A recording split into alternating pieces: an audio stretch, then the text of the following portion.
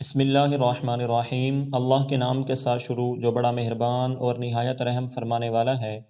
حضرت سیدنا ابو ہریرہ رضی اللہ تعالیٰ عنہ سے مروی ہے، فرماتے ہیں کہ حضور نبی اکرم صلی اللہ علیہ وسلم نے ارشاد فرمایا، جو شخص خود کو نیزہ مار کر ہلاک کرتا ہے وہ جہنم میں بھی خود کو نیزہ مارتا رہے گا، اور جو خود کو گرا کر ہلاک کرتا ہے وہ جہنم میں بھی اپنے آپ کو گراتا رہے گا، اور جو شخص خود کو گلا گھونٹ کر یعنی پھندہ ڈال کر ہلاک کرتا ہے وہ جہنم میں بھی اپنا گلا گھونٹتا رہے گا۔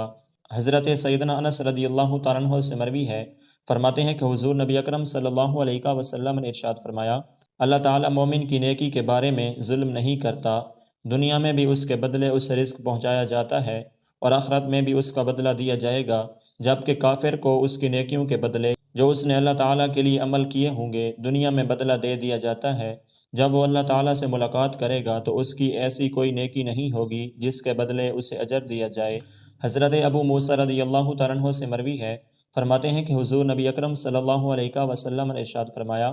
اللہ تعالیٰ رات کے وقت اپنا ہاتھ کشادہ کرتا ہے تاکہ دن کا گناہ گار توبہ کر لے، اور دن کو اپنا ہاتھ کشادہ کرتا ہے تاکہ رات کا گناہ گار توبہ کر لے۔ یہ اس وقت تک ہوتا رہے گا جب تک سورج مغرب سے طلوع نہ ہو جائے۔ حضرت سیدنا ابو ہریرہ رضی اللہ تعالیٰ عنہ سے مرفوعاً مروی ہے، فرماتے ہیں کہ یقیناً اللہ تعالیٰ تمہاری جسموں اور تمہاری صورتوں اور اموال کی طرف نہیں دیکھتا، لیکن اللہ تعالیٰ تمہارے دلوں کی طرف اور اپنی انگلیوں سے اپنے سینے کی طرف اشارہ کیا اور تمہارے اعمال کی طرف دیکھتا ہے۔ حضرت سیدنا ابو ہریرہ رضی اللہ تعالیٰ عنہ سے مروی ہے، فرماتے ہیں کہ حضور نبی اکرم صلی اللہ علیہ وسلم سے سوال کیا گیا، کون سا عمل افضل ہے؟ آپ صلی اللہ علیہ وسلم نے فرمایا، تم اپنے مومن بھائی کو خوشی پہنچاؤ یا اس کا قرض ادا کرو یا اسے کھانا کھلاؤ۔ حضرت سیدنا ابو ہریرہ رضی اللہ تعالیٰ عنہ سے مروی ہے، انہوں نے کہا کہ رسول اللہ صلی اللہ علیہ وسلم نے ارشاد فرمایا، مومن آدمی کا اللہ تعالیٰ کے ہاں ایک مرتبہ و درجہ ہوتا ہے جس پر وہ اپنے عمل کے ذریعے نہیں پہنچ سکتا۔